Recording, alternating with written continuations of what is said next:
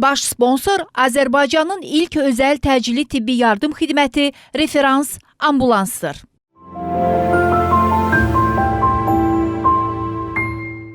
Realın efirində baş həkimin vaxtıdır. Mən hər qidalanmaya diqqət edirəm, amma yenə də mədəmlə bağlı diskomfort yaşayıram deyənlər çoxdur. Mədəniz az da olsa ağrıyırsa, demək sizdə reflüks xəstəliyi var. Bu nədir? Necə yaranır? Müalicəsi olan, lakin ciddi alınmayan reflüks xəstəliyi həm körpələrdə, həm uşaqlarda, həm də böyüklərdə müxtəlif xəstəliklərə səbəb ola bilər.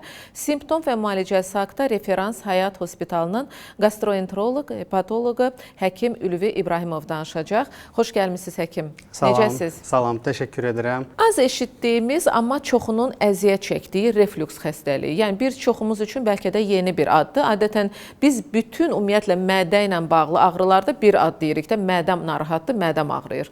Biz də oradakı incəlikləri bilmirik, amma istəyirəm reflüks xəstəliyi haqqında məlumat verəsiniz. Bəli, çox aktual bir mövzudur. Reflüks xəstəliyi ümumiyyətlə çox sıx-sıx rast gəlinir. Demək olar ki, gün ərzində qəbula girən pasientlərdən yəni 100%-ni götürsək, ən azı 70-80%-i reflükslə bağlı şikayətlərini bizə deyirlər və bununla bağlı təbii ki, ciddi araşdırma aparılmalıdır. Qısa olaraq, reflüks xəstəliyi nədir? Mədədə olan bir turşuluq mövcuddur hər bir insanda. Bəzi insanlarda o yüksək ola bilir və o turşuluq artıq bizdə sfinkter olur. Həmin sfinkter mədədə olan turşuluğun qarşısını alır.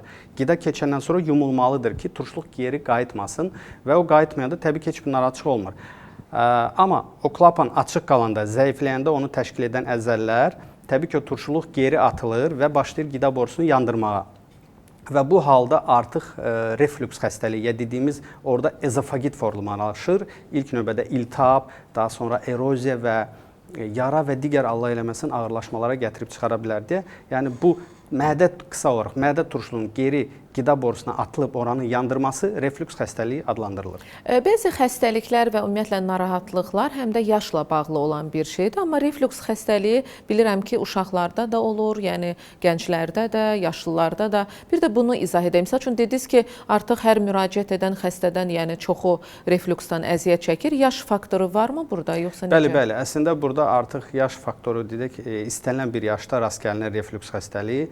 Elə bir xəstəlik var, həqiqətən də 30 yaş, 40 yaş arası və s. digər yaşda. Amma bu elədir ki, uşaqdan böyüyə kimi istənilən bir yaşda rast gəlinir. Hətta son zamanlar bəli, uşaqlarda da çox rast gəlinir.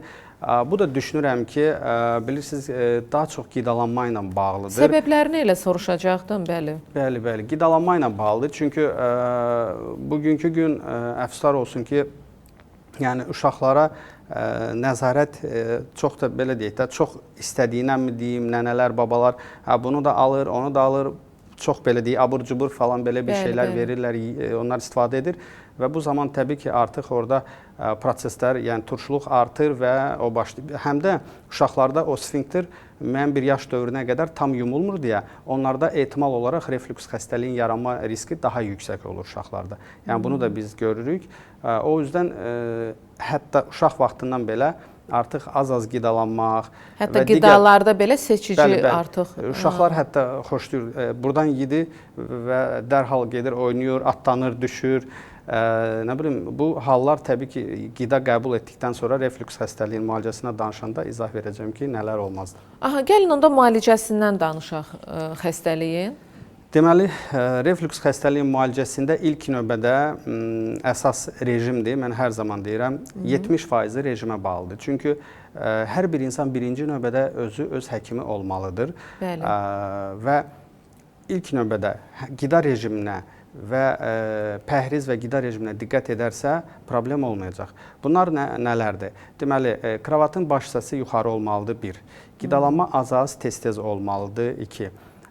Yanaşı olaraq müəyyən bir qidalar var ki, belə deyək, ağartı məhsullardır, çəkilmiş ətdir, sevdiyimiz dolmadır, bəzi xəmir yeməklərdir. Bunlar çaydır, indi Novruz bayramı gəlir, paxlava ilə çay. Şirniyyatlar, çərəzlər. Çərəzlərdən bunları istifadə etdikdə təbii ki, bu qıcqırma deyirik də, bu reflüks nədir? Qıcqırma əlaməti verir və qıcqırma çox olur, yanma çox olur və narahat edir. Ona görə müəyyən bir qida rejimi, təbii ki, yanaşı olaraq da biz müəyyən bir preparat qrupu var ki, biz bunu yazırıq ki, pasientlərə tənzimləyək ki, həmin turşuluq çox yandırmasın, narahatçılıq çox verməsin pasientlərə və gələcəkdə əfsuslar olsun ki, refluksun zamanında müdaxiləsi və müalicəsi aparılmasa, o turşuluq yandıra-yandıra eroziya, yara və Allah eləməsin, xərçəng, bəli, ciddi fəsadlara gətirib çıxarda bilər. Barret ezofagusu, xora, hətta daralmaya belə gətirib çıxara bilər ki, pasient artıq nəsə yedikdə orada udma çətinliyi, nəsə ilişir kimi bir narahatçılıq ona verəcəkdir.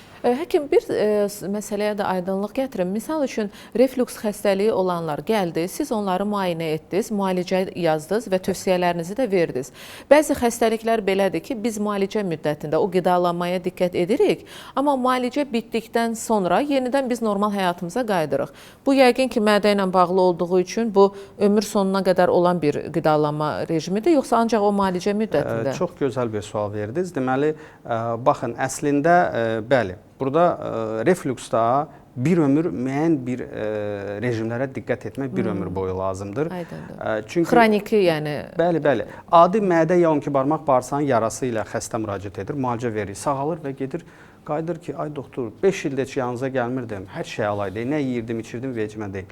Amma yəni reflüks da elə deyil. Burada diqqət etmək lazımdır. Bəzi xəstələr var ki, bir dəfə yaranın reflüks verirsə müalicəni, əla nəticə gedir. Amma elə xəstələr də var ki, bu davamlı onu narahat edir.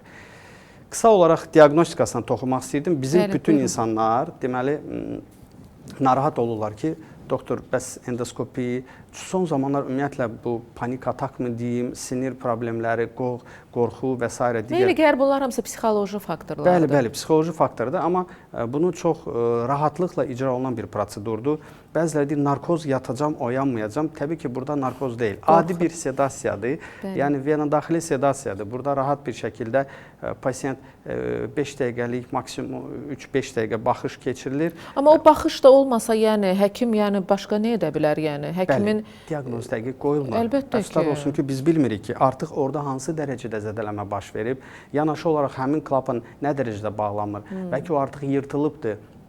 Amma burada bir nüansa da toxunum ki, bu qıcqırma, yanma, yəni reflüks dediyimiz xəstəliyində tək turşuluqdan dolayı yox, digər səbəblər də var. Yəni bunlar nədir? Kandidoz ezofagit, göbələkdən dolayı da ola bilər. Mənim elə bir öz dostum, Ülvi doktor, bir şey yazda, xahiş eləyirəm, bilirsiniz də bizdə insanlarda yayılıbdır. Telefonla. Deyirəm ki, bəs yox, belə olmaz. Gətir dostuma, deyirəm ki, baxaq da. Amma yavaş-yavaş həkim razısınız məndən, yığışıldı ya o qonşunun resepti ilə müalicə məsələləri doğrudan. Yəni ki, artıq doğrudan biz bunun üzərinə çox düşdük. Yəni doğrudan da, misal üçün mən özüm bilirəm ki, mən hər verilişlərdə bunu deyirdim ki, qonşunun resepti ilə heç nə etməyin. Onun orqanizmi ayrıdır, onda xəstəlik başqa fəsadlar verir, sizdə başqadır. Yəni mənə elə gəlir ki, pandemiya vaxtında da var idi. O sənə hansı antibiotik dedilər, de mən də onu atım. Halbuki pandemiyada koronavirus da, yəni ki, antibiotik heç lazım deyilmiş. Və mənə elə gəlir ki, artıq bu yığışıldı. Ona görə də biz nəyin üzərində fokuslanırıq, görürsünüzmü, o fayda verir. Bəli, bəli. Yəni diaqnostika çox, yəni deyirəm, bəsitdir. Qısa müddətli sedasiyadır, narkoz deyil. 3-5 dəqiqə pasient uyur. Biz rahat şəkildə müayinəni həyata keçiririk, dəqiq diaqnozu qoyuruq. Dediyim kimi, yəni orada səbəb virus mənşəli də belə ezofagit ola bilər, kandidoz da ola bilər. Yəni adi travmatik də ola bilər. Bizim öz işçimiz bir həftə bundan öncə adi qaynar bir dolmanı sürətli şəkildə çeynəmədən ataraq borusunu bütün dəhşətli dərəcədə yandırmışdı. Yəni bir gün, 2 gün keçər, gəl baxım. Baxdım, böyük bir yaralar. Müalicəni yazdım, 2-ci günündən ay doktor, mən yeməyə başladım artıq. Artıq yəni gastroenterologiya belə bir profildir ki, yəni bura gözləməli deyilsiniz, sizin mədəniz hansısa siqnallar versin. Yəni siz gastroenteroloqla dost həkimə çevrilməlidir o. Yəni siz, misal üçün də nə bilim, protokol qaydası indi bilmirəm, siz bilərsiniz. İldə bir dəfəmi, yəni normalda heç bir narahatçılıq olmayan insan. Misal üçün mən özüm bu müayinədən keçmişəm. Düzdür, bir dəfə keçmişəm, özdə 1 il bundan əvvəl. Heç bir göstəriş də yox idi. Sadəcə olaraq özüm istədim ki, yəni mən bu müayinədən keçməliyəm mütləq. Yəni mənə elə gəlir ki, orada çətin, belə şişirdiləcək, titrəyək, yəni qorxulu, filanı heç nə yoxdur, heç nə. Hər halda özünüz də görübsünüz. Hətta sizin qarşınıza misal üçün yemək qoyanda, restoran misal üçün şərti belə olsa ki, ay müştəri xoş gəlmisiniz, hansı yeməyi sifariş verdiniz? Bu yeməyi, adını da bilirsiniz, dadını da bilirsiniz, düzdür? Bizim restoranın adətidir. Sizin gözünüzü bağlayacağıq, sizə yeməyi gətirəcək, yeyin. Yeyərsiniz? Yox, təbii ki.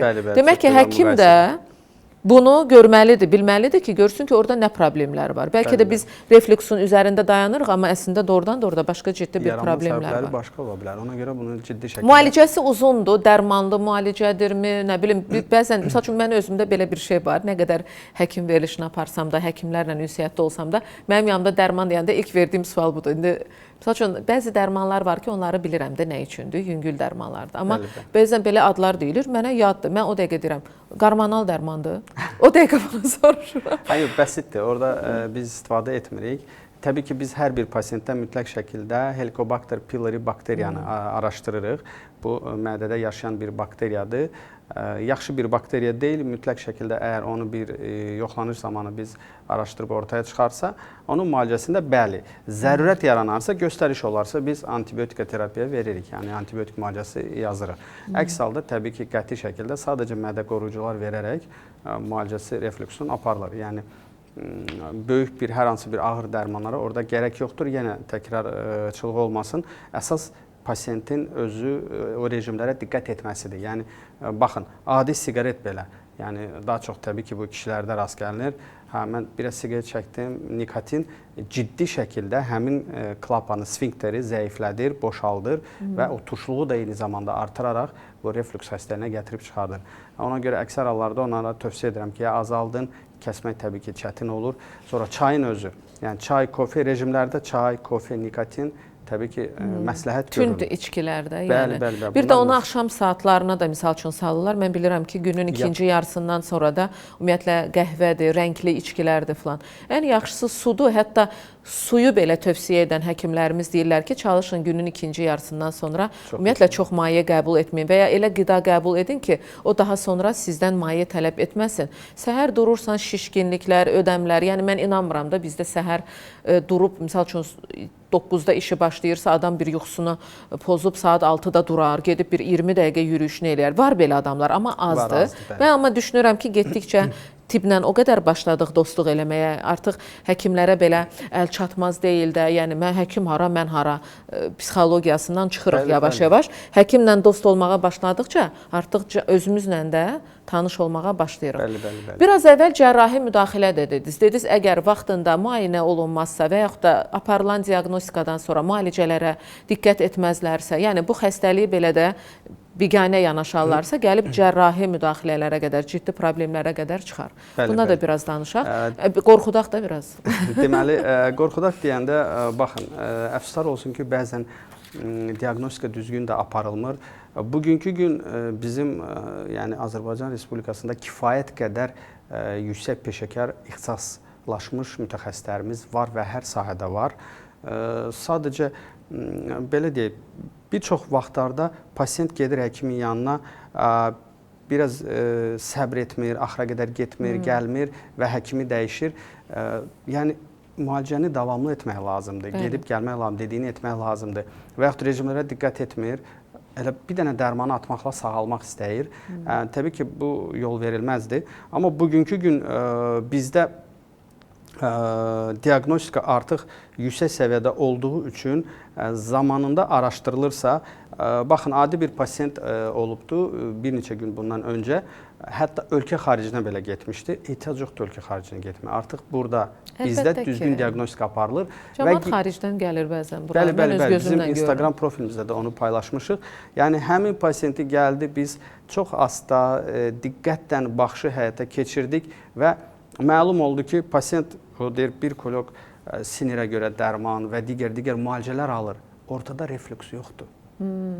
Boşu-boşuna dərmanlar. O da düşünür ki, bunda nəsə pis xəstəlik var.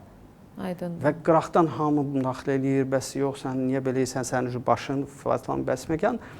Sonuçda daxil olanda borunun düz girişinə diqqət edərək orada gördüm ki, divertikul var. Yəni ki, bir cib kimi bir əmələ gəlibdir, orada bir dəyişiklik var Və buna görə bunda bu udma çətinliyi kimi, orada nəsə ilişmə kimi, nəsə gedir, orada qalma kimi bir hissi yaranır.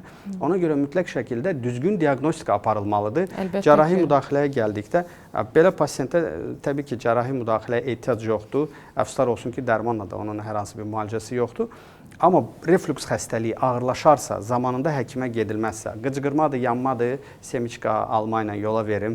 Hər hansı bir dərmanla, yenə də bir qonşu dediyi dərmanla atım yola verim.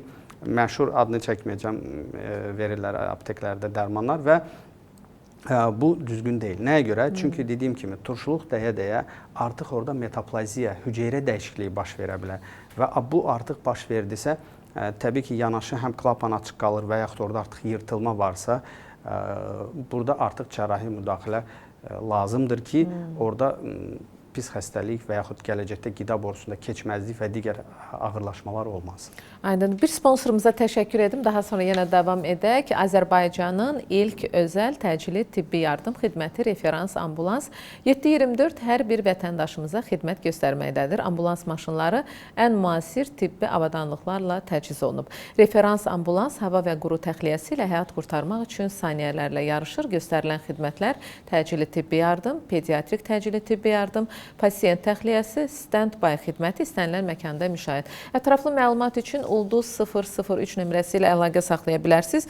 Və elə Referans Həyat Hospitalının gastroenteroloq hepatoloqu həkim Ülvi İbrahimov bizim studiyamızdadır və biz reflüks xəstəliyindən danışırdıq. Reflüks xəstəliyi uşaqlarda, böyüklərdə qeyd etdiyimiz kimi görünən xəstəlikdir. İlk başda belə çox ağır xəstəlik kimi də, yəni üstünə ad qoyub, yəni özünüzü qorxutmayın. Amma ümumiyyətlə həkim, gastroenteroloq kimi, yəni tövsiyəniz nədir? Protokol qaydalar nə deyir? Biz ildə bir dəfəmi sizinlə görüşməliyik, yoxsa ildə 2 dəfə? Deməli, baxın, bu da çox gözəl bir sualdır. Nəyə görə?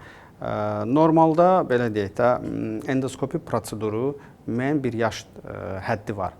Ən azı 35 yaşa gəlib çatmış bir insan bu gastroskopiya prosedurundan həyata keçməsi məsləhətdir. 40 yaşa çatıbsa artıq kolonoskopiya məsləhətdir, yəni yoğun bağırsaq yoxlanışı.